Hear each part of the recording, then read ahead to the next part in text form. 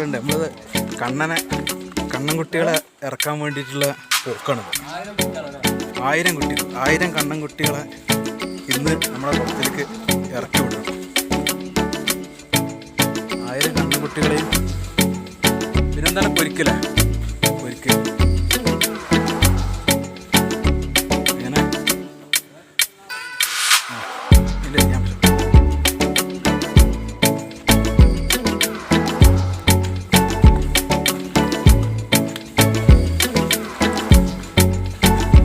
ആയി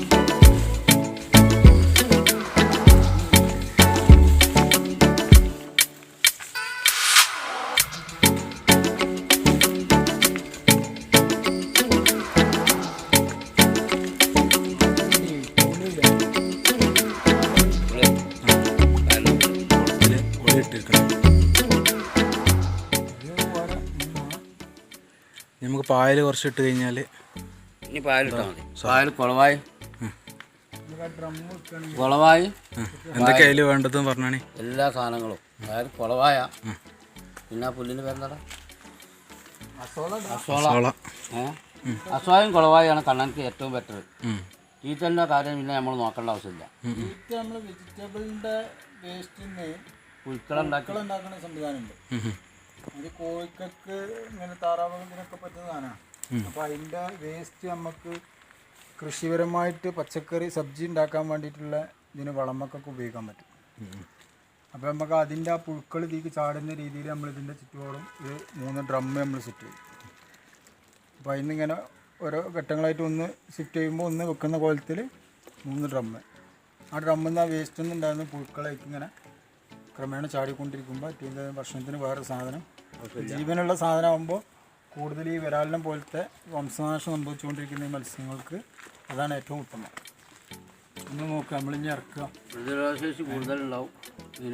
ഇതിൻ്റെ ഉമ്മാനെ കൊണ്ടാണ് നമ്മളതിൽ എന്ത് ചെയ്യേണ്ടത്, മീനിനെ നിക്ഷേപിക്കുന്നത്. ഓക്കെ, തിലോപ്പി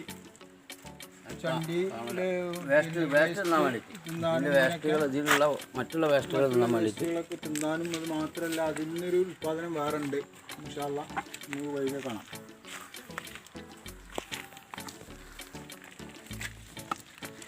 ഇതാണ് നമ്മളെ കണ്ണൻകുട്ടികൾ. 1000 കുഞ്ഞുങ്ങളാണ്.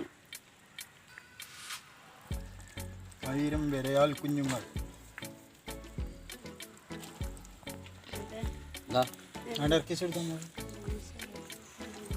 ഇതൊക്കെ കണ്ണൻകുട്ടികളാ? ഫുള്ള് കണ്ണൻകുട്ടികളാണ്. ശരി. അതിലോ അതാ പൊരുത്താണ് ചെയ്തെടുത്തോ. ഉമ്മ ഇങ്ങനെ